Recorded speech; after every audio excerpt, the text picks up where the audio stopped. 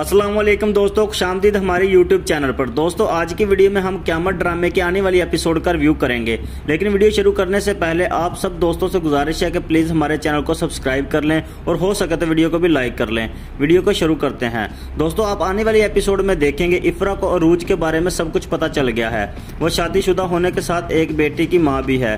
तभी वो नादरा खाला के घर अरूज के पास आती है और इसे कहती है कि तुम ये सोचती थी कि इतनी बड़ी बात किसी को भी पता नहीं चलेगी।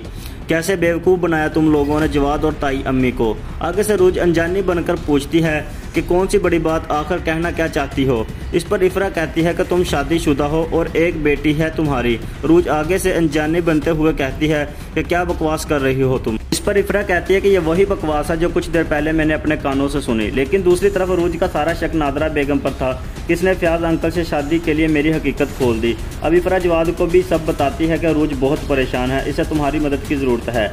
इस पर जवाद कहता है कि तुम्हें क्या लगता है अगर मैं अरूज को इस घर में ले भी आऊं और इसकी मदद कर भी दूं तो क्या माँ इसे बहू मान लेगी। इस पर इफ्रा कहती है कि नादरा खाला ने इसे घर से निकाल दिया है। इनका ख्याल है कि शादी के बाद वो मेरे अब्बू के घर शिफ्ट हो जाएगी, लेकिन तुम अरूज के बारे में सोचो, वो अपनी बेटी को पालना चाहती है, इसे तुम्हारा साथ चाहिए। ये सुनकर जवाद को तो जैसे सर चकराने लगा। पहले तो इसे यकीन ही नहीं आया, लेकिन इफ्रा बड़ी ही चालाकी से सबके साथ गेम खेल रही है। लेकिन जवाद को अब अरूज पर बिल्कुल भी भरोसा नहीं रहा। दोस्तों आज की वीडियो में यहीं तक। हम मिलते हैं किसी और वीडियो में, तब तक के लिए अल्लाह हाफ़िज़।